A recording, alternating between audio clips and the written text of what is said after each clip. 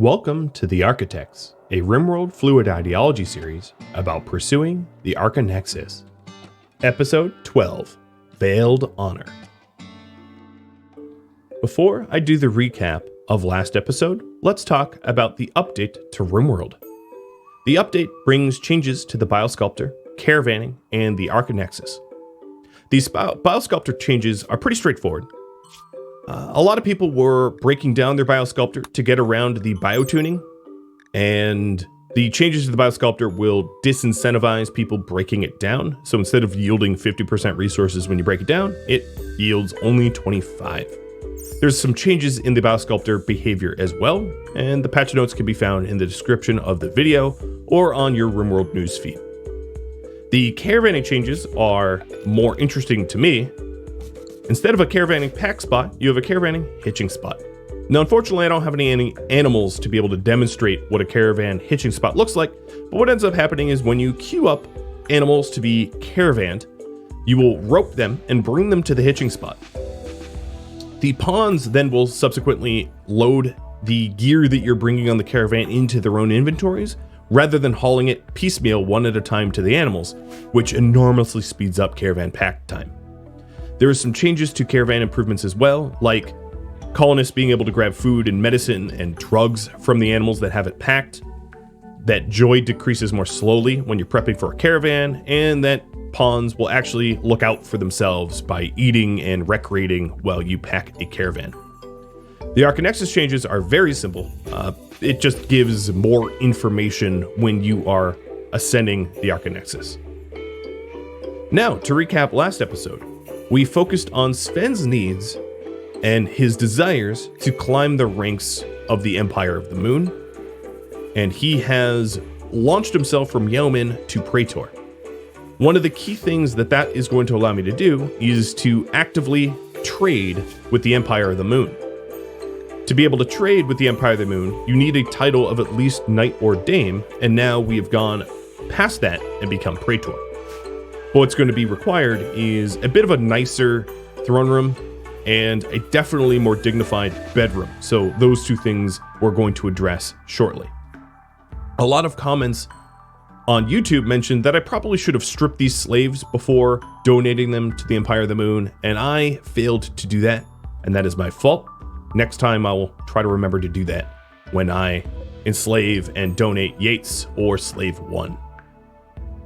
Other focuses that I'd like to get to this episode include setting up nutrient paste dispenser for the slaves so that I don't have to cook for them any longer, which would be quite nice. And then also to try to do some of the quests that I have here, like the Worshipful Village or where's the other one? The Hidden Installation Mission. Both of those are sort of low-hanging fruit, and that would give us information about the Relic of Suppression. So first things first, let's get Sven a dignified bedroom so that he is not upset. Because if you take a look here, -8 for undignified throne room and -6 for undignified bedroom aren't malices that I want to be stuck with for very long. If we also look up here, we have the Archic Invitation that we can trigger pretty soon. But it might be worth waiting to do that for when we enslave Yates for a greater chance at success. But given that it's about 2/3 positive quality, I might just trigger that anyway before we get Yates.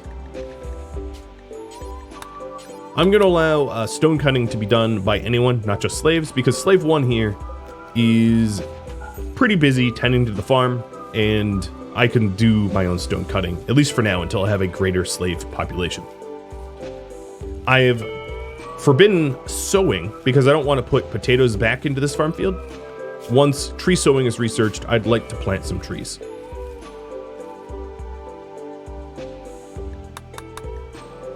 So let's start with Trustin as soon as he wakes up, trying to get the throne room and the bedroom dignified, and then also to protect the moisture pumps so they can't get destroyed by raiders. Raiders will actively target moisture pumps and lights, things that are not walled up. So it's in our best interest to wall those up because moisture pumps are relatively expensive and they expand their radius over time. It takes a lot of time, in fact. So if they get destroyed, it resets your progress, which is a pretty negative thing to have happen. All right, Yates, I think just got fed. Yeah, he just got fed fine meals. So let's not do that ever again. And the Royal Tribute Collector is now leaving. All right, Trustin, let's go ahead and get some nutrient paste going here. I'm going to micromanage him. I think he was heading to go pick up wood for the walls, but I'll have him do something else instead. In fact, I might micromanage Zleb to be able to grab a whole bunch of wood that's out on the map tile and bring it all together at once. So the way the nutrient paste works is you set up a nutrient paste dispenser, and you can set it up like this, and it acts physically as a wall so that you can keep a space enclosed even if you have a nutrient paste dispenser like that. So we will do just that. And then we're going to change the food requirements so that our slaves eat nutrient paste only. All right, so now Zleb's on Caravan. What I could do is load things into the Caravan and bring the wood and synth thread and stuff like that home a lot more efficiently. So we'll just hunt and peck around the map for resources that we've left out. I might not have carry weight for all of this, but there we go. All right, so now that we have the nutrient paste dispenser, as you see, the indoors here, this is still an enclosed space because this physically acts as a wall. And then we will add some hoppers, and the hoppers allow the nutrient paste dispenser to pull resources. I probably only need 2 hoppers for now. To pull resources from the hopper to feed whoever is withdrawing nutrient paste as a meal. The advantages of nutrient paste are that you don't need to cook, and the nutrient paste dispenser itself doesn't have a risk of food poisoning. The disadvantages is the nutrient paste dispenser also does not fulfill the nutrient needs very effectively. And by that I mean a normal meal has a nutrition value of 0.9, and the nutrient paste dispenser has a nutrition value lower than that. Oh, come on. Load it all at once.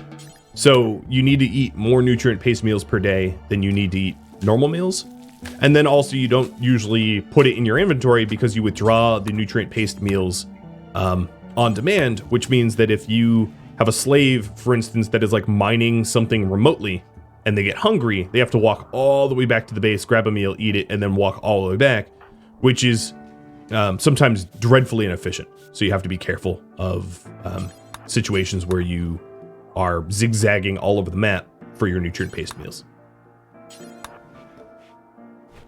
So now that I have these hoppers built, let's put vegetarian ingredients only, reserving the meat for fine meals, and we can also stop making simple meals. Now, what I think I'm going to do is have the slave 1 and the Yates eat the simple meals that are left so that they don't just sit there rotting over time, because that would be a waste of nutrition. But then once they're gone, I'll switch them over to nutrient paste only.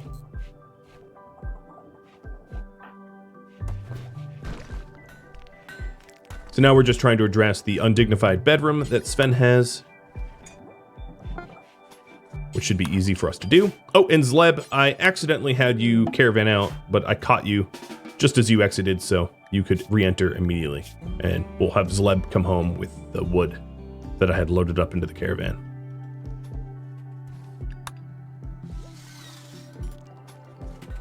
All right, with all of that done, the next thing I'd like to do is an Arctic invitation. I want to trigger that as soon as I can to put it on cooldown.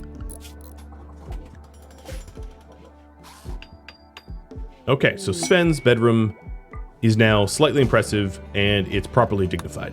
Perfect. Looks to me like I am just about out of space to store weapons. One thing that I could do up there, and this is a very bad weapon storage, but I would like to put the smelter near there so I could melt down all of these garbage weapons. The tribal weapons don't need to exist. Not really. All right, making sure everybody's near the base, and they are. So here we go.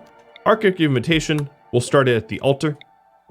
86% quality expected.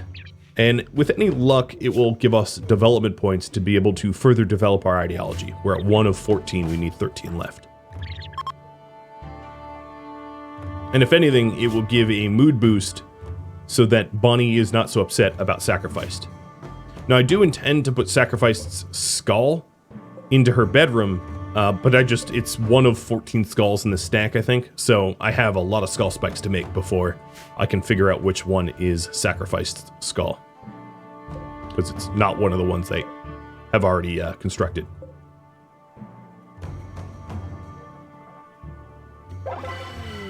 And a wanderer has joined. Sure, we'll accept you. Mokiari, a tough, greedy intellectualist. I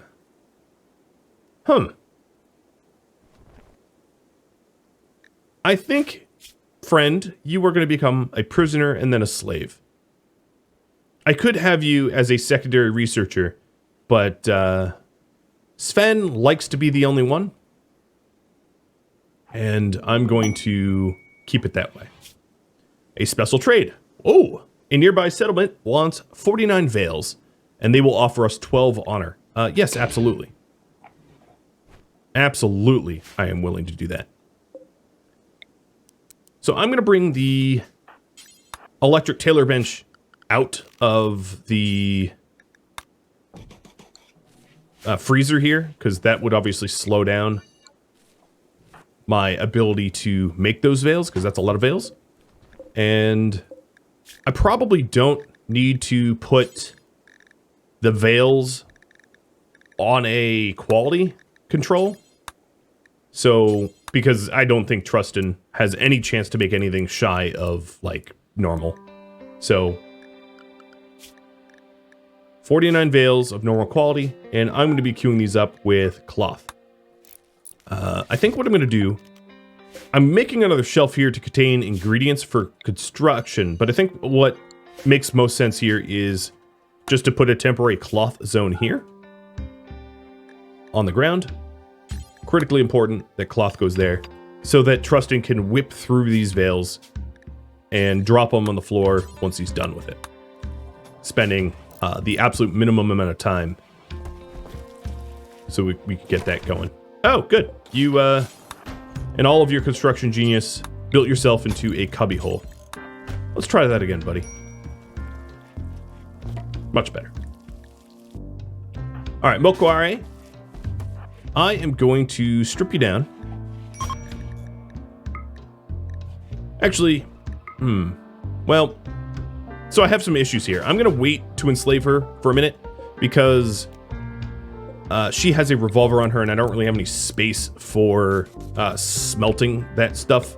So what I want to do is I want to get through the backlog of dumb weapons that I don't want to keep so that I can put her revolver somewhere that isn't going to encourage a slave rebellion.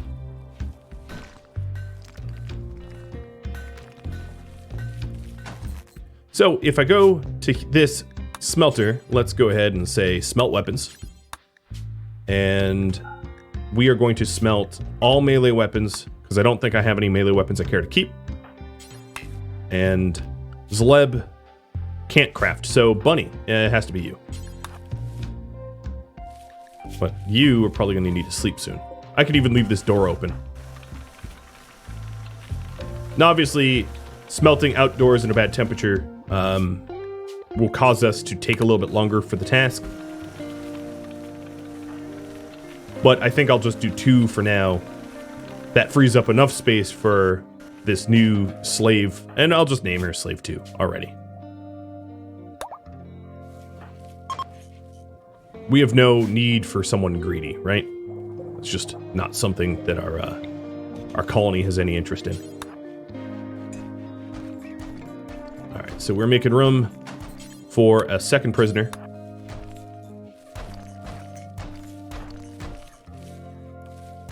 And as soon as Sven is up, Sven will do the imprisonment. Oh, we're getting a little bit of a power outage. I'm sure the power will come back in just a minute as soon as the sun comes up.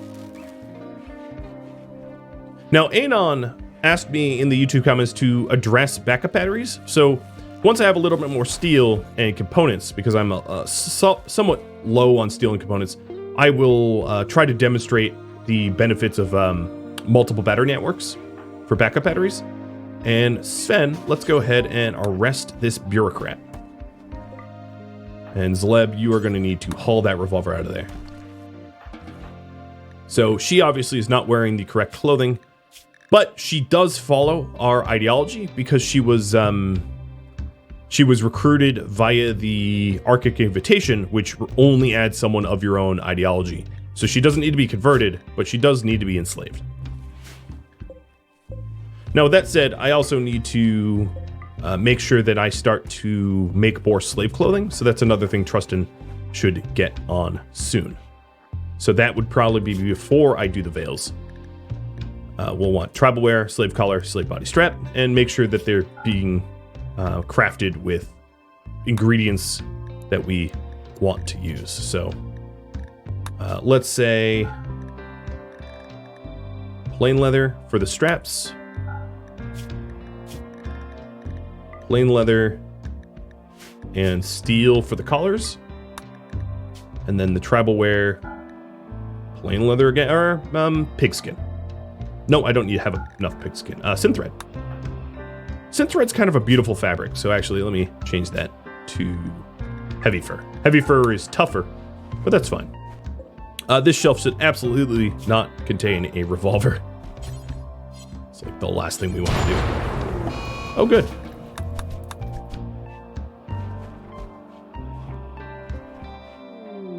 And Trustin and Zleb's marriage is on. Let's get a marriage spot. I don't know when they're going to get married, but attending a marriage is going to be quite nice for our mood. Now, there was a proposal of whether or not Zleb should get to wear her own favorite color, and that's somewhat contingent upon whether or not they get married and they stay together. But I'm not necessarily against that. So here we go. Slave 2 has already been enslaved, and I'm going to get Trustin to start making the slave clothing. I'm going to make only one set for now. And you are going to need work priorities, are you not? So we are going to allow you to haul and clean. Basically, you're a hauler and a cleaner. It's pretty boring. And in terms of assignments, slave clothing and simple meals for now. So leave that fine meal alone. It's not yours. But it does help because our base is fairly filthy. And in the act of enslaving them, we got another development point. So the Archotech invitation gave us one, and then the enslavement gave us another. And Trustin is making the clothing needed. I'm also going to want to kick my shield belts from 1 to 2, because slave 2 is also going to need a shield belt as well. Tree sewing has been researched, and I'm going to go back to start researching advanced fabrication, finish that off, so that we can make advanced components, which will be necessary for armor, weapons, bionics, etc. Alright, I'm going to have Bunny start to smelt again. And then these these slate blocks are going to be made with for slaves only. All right, so for now, I'm not going to queue up. Well, I might as well. Let's queue up the second set of clothing for slaves. Just so that we have it. And here we have slave 2, and she is properly wearing all of her slave clothing that we need her to wear, so that she does not have any suppression fall per day, keeping her suppression at a near maximum. She's not 100%. But 85% is pretty good. If I wanted to get her up to 100%, I could punch her a few times, and she would submit more. But that's not that necessary, because 2-year interval is totally fine. All right, and then here is the last of the tribal wear needed. Great, and then I'm going to probably have trust and actually start to machine the shield belts. And a bulk constrictor coming in. From the kinship. Oh. How did you die? You had a bad back and you just sort of fell over at the edge of the map? A cat killed you. Oh, no, you were named Cat. Thesa killed you. Well, sucks to be you, my friend. Sucks to be you. So a bulk trader might be really wise for me to try to buy some wood, because I'm burning a lot of wood in the throne room, and I don't have an ability to produce wood very easily. Alright, so here's the shield belt, one of them, at least. And I'll give this to Slave 1. So let's address and adjust their their clothing. I don't need to force him to wear it, actually. But I'm going to allow him to wear shield belts so that if I'm in a fight, I can have them sort of tank for me.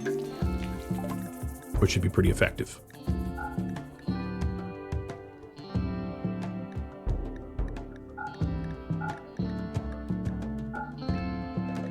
So selling to this bulk goods trader, as I mentioned, we're going to want to buy wood as much as we can get our hands on because we have a very limited amount of it. The sort of shoddy clothing that we have in our stockpile we can sell. And there's not much else to trade, I suppose.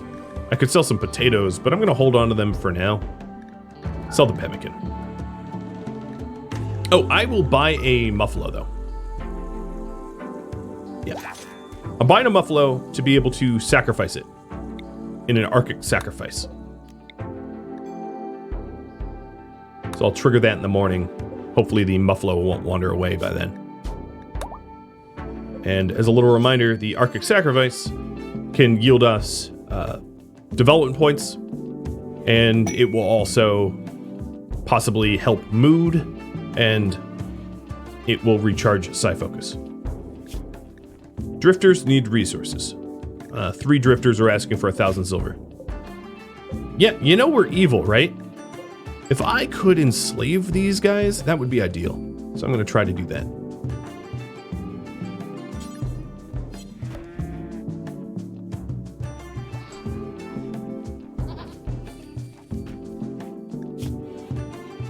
So this slave has a prosthetic arm and a really bad alcohol addiction, so it's going to be a little tricky to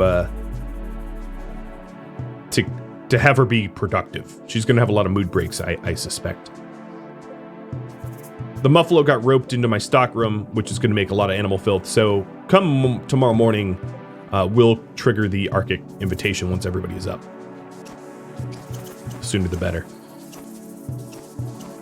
In a moment here, we should see Trustin start to do the veil crafting once things that have been damaged get repaired. And I suspect I'm going to get a lot of legendary veils, which should be interesting.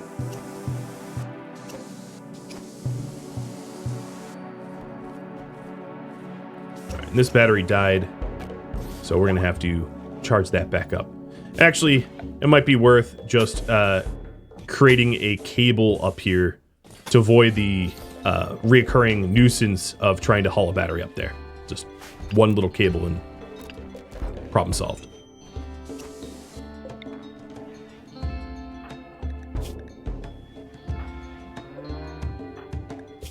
Alright, so Slave 2 currently has the shield belt. So another thing that we could do is to have Slave 1 and 2 be able to wield wood as a weapon. But before we do that, let's queue up the sacrifice. So that this muffalo stops making everything filthy. Everybody's in attendance, so it should maximize the effectiveness. And we'll see if it actually helps Sven's Psi Focus. That would be nice. If it's a positive event.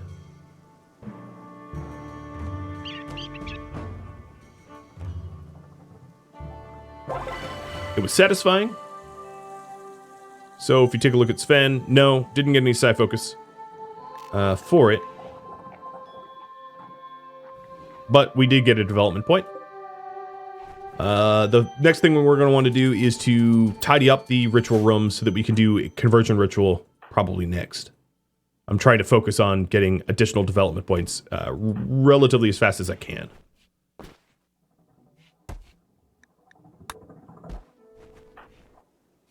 Okay, so the blood is gone. And next up, we will do a conversion ritual for Yates. So we're up to 4 out of 14. Oh, and we have a mech hive raid of breachers coming in. So we have 2 termite, multiple scythers, and a lancer. And they're going to hit sort of up here. Let me go ahead and cancel the conversion ritual. I don't think I have time. So Slave 2 does have a shield belt, which might come in handy here. And she's also tough, which is pretty useful for defense. So let's go ahead and equip wood on her and equip wood on Slave 1. Slave 1, I would say I'm probably not going to send to battle because they're not, they're more useful planting trees for us, which I should probably queue up. There, done. So in this fight here, I do have some psycasts to work with. Zleb can hit Marksman Command, and then... What are you doing with Yates? Put Yates away. Yeah, I'll just put Yates here. I don't have time. Alright, so Slave 2 will go out front with the shield belt. And as you can see, the rebellion interval hasn't gone up from her wielding wood, because wood is apparently an acceptable weapon that doesn't trigger any issues like that.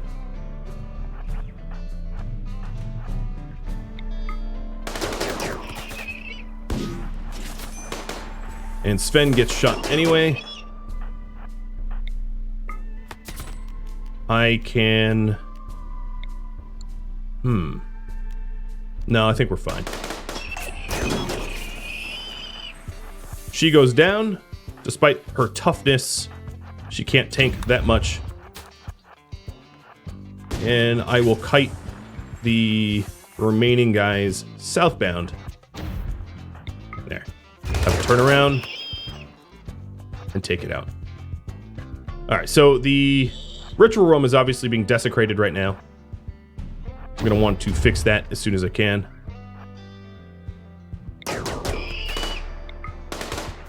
But the rest of this raid should be relatively easy. It wasn't exactly my best micromanagement work, allowing them to get to the walls, but it will be resolved momentarily.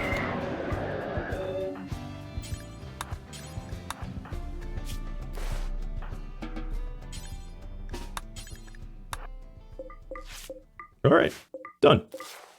With only a light and 3 walls to repair, it's not that big of a deal.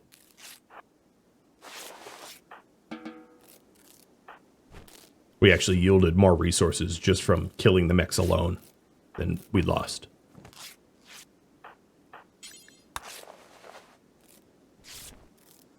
Okay, let's go ahead and do a work drive on Trustin. So for the next few days, he'll work a lot faster, which should help getting those veils. The pendant closed warning will go away pretty soon as well, because we'll get this, the wall's now built. And I'm going to leave Slave 2 just there. She's not going anywhere. No, I guess Trustin's taking some mercy.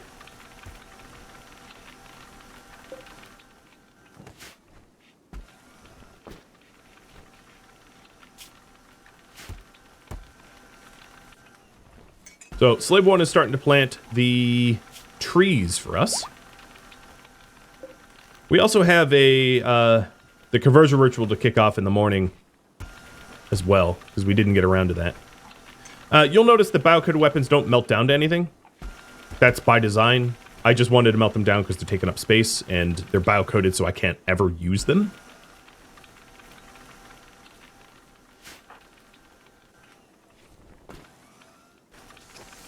And then before we kick off the next ritual, we should probably clean up this shrine room so it has, the best possible results. In fact, I might go ahead and replace the pews with higher quality pews now that Trustin is a high quality builder. Because the higher the quality pews, the better results of a ritual that we'll have. And I believe that's the last of the brawling weapons. Yeah, so we have a Masterwork Pew, which obviously is going to kick up the quality of that throne room. Now, interesting enough, if you take a look at this Slave Rebellion, even though the door is wide open and he's just adjacent to the weapons, he isn't his weapon proximity hasn't been triggered, so it's not like he can see those weapons and is like, oh, I'm going to escape, which is sort of fortunate. All right, double Masterworks. That's really nice.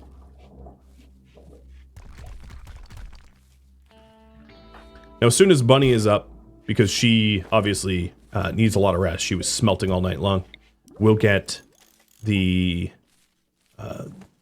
conversion ritual kicked off.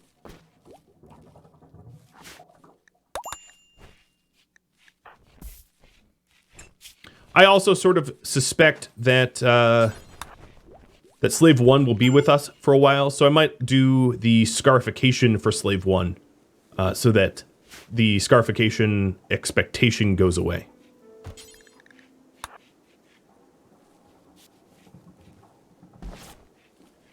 All right, so let's try this. Bunny's not quite awake yet, but close enough, having been rested, as you can see. Hope Slave 2 can attend in time, so we get benefits for participants.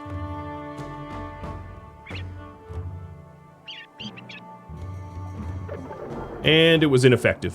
At least we tried. Now I could also do a leader speech, a throne speech rather. Oh, a legendary work for a veil. Yep, I did say that we were going to get some legendaries. And advanced fabrication has been researched. So now with advanced fabrication, we could either go the route of better armor, or probably go deep drilling, ground penetrating scanning, so that we can source more material, because I have a very finite amount of gold. I have a little bit of gold that I haven't mined up here, but we're going to want more gold, I suspect.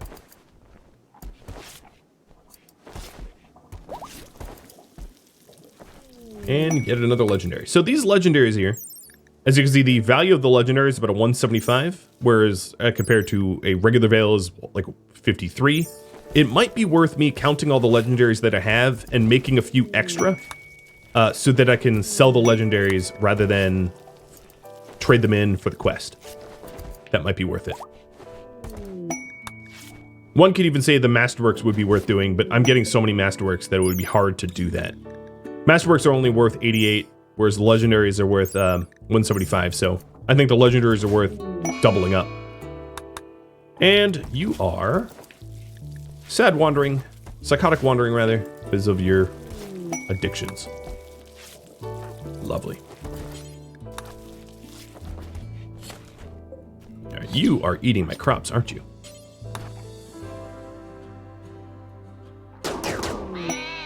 And a stash of supplies being offered for a plants skill trainer that's guarded by 2 pirates and a bunch of turrets and a mortar.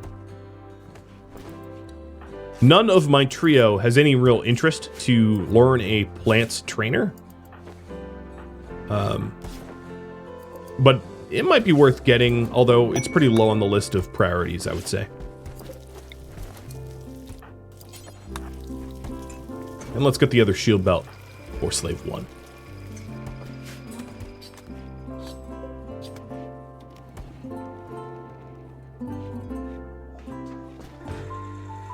In the morning, I'll do the Scarification for Slave 1 as well. Anointed, right? Hey, Podsprout. Yeah, not this time, not this series. No way. I am all Warwolin Dryaded out.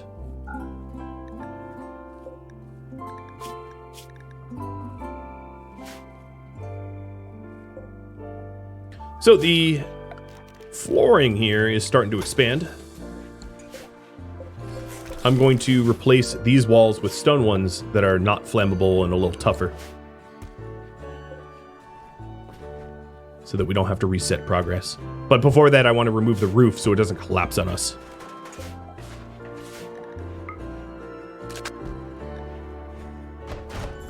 There. Roof off. And then I have... even sandstone would be good enough stone, I think, to keep it protected.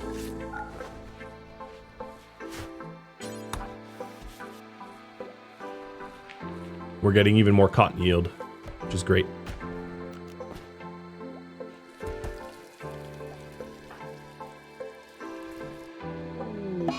And a cold snap. All right, so if we have a cold snap, that might be a little problematic on the Devil Strand, but it's a cold snap pretty much at the start of summer. So hopefully it will survive. I'm not going to say for certain that it will, but with any luck, it won't perish. If it perishes, oh well, there's really nothing I can do. It's not like I can encase that entire area in time. And we have a mech cluster. So this mech cluster is a defoliator, and this defoliator will slowly emanate out from its center. And then there's something in this capsule. I don't know what's in there, but the rest is just turrets. It's probable that I will clear that out with the smoke launcher sometime soon. I don't think it's... Oh, don't do that again. I thought I could pause in time, but nope. Trustin does not learn from his mistakes. Not as fast as I wish him to.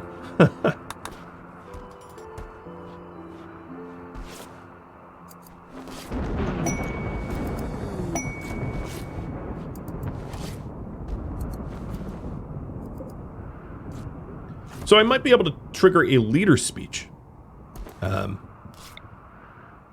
Now, the expectations of leader speech are not going to yield us development points, but might be fun to do anyway. So we're almost done with all the veils, which is pretty fast. Alright, so that is the last of the veils.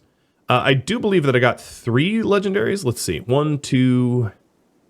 Trying to spot them manually is kind of less than ideal. Yeah, 3 legendary veils. So I'm going to trigger 3 additional veils here. But that gives you a rough idea of our legendary's chance. It's about 1 in 12, 1 in 15 that become legendaries, just anecdotally. So there we go. We have all the veils and then some to be able to trade the legendaries away to the Empire of the Moon, or the Shattered Empire.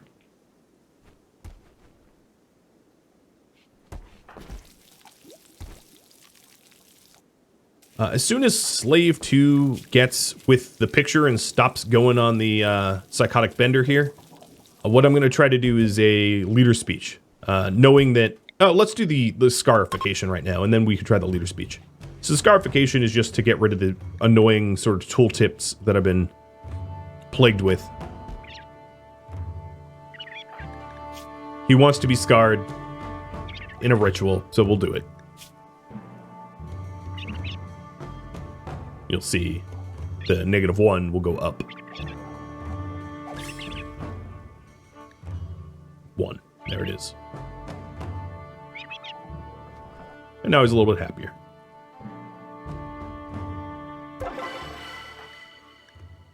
And it's his left eye, but it doesn't cause any loss of sight. And it was a spectacular ritual, so we get a little bit of a mood boost too. Of course, the Scarifications don't yield development points, but now I don't have that that annoying tooltip. Well, actually, I still do. Which I probably shouldn't. I think that's a bug.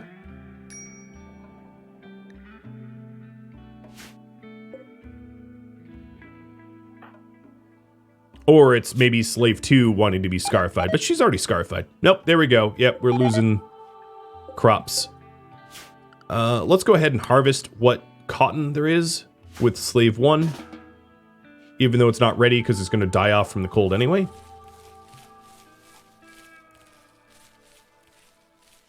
It's down to -10 Celsius. And Slave 2 just snapped out of it. Great.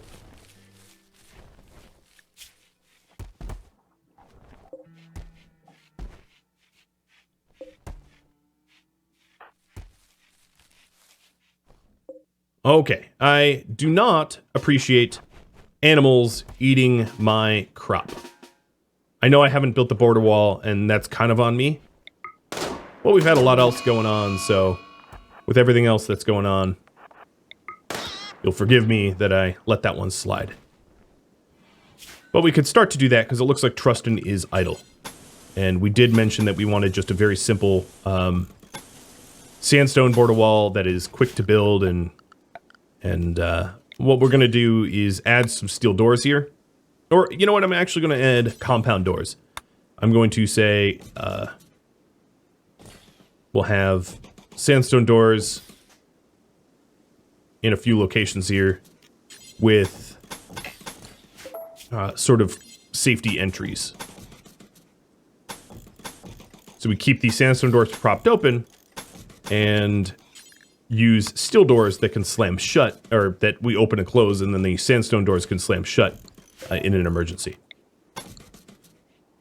Something like that. And then not allow roofs to be built over them.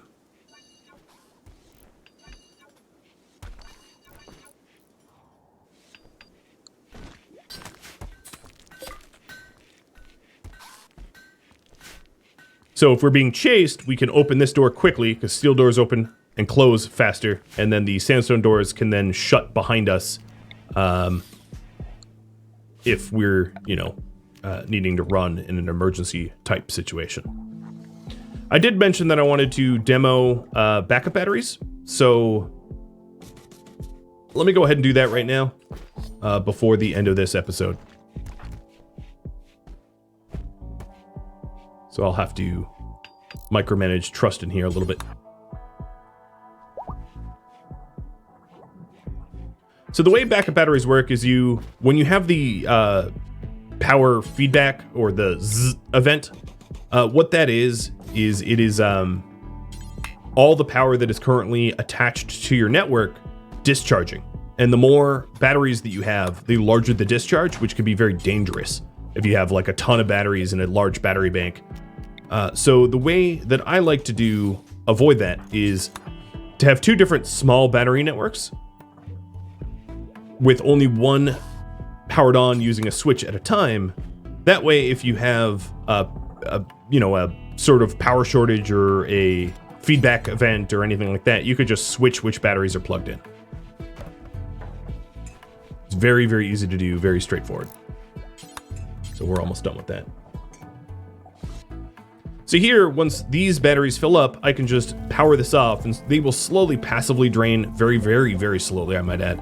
But it will allow us to then turn off this power switch, keep these batteries off of the network.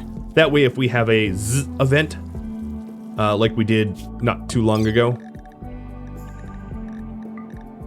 Where is it? Well, whatever. When we have the power feedback event, we can switch which ones are plugged in and not run out of power immediately.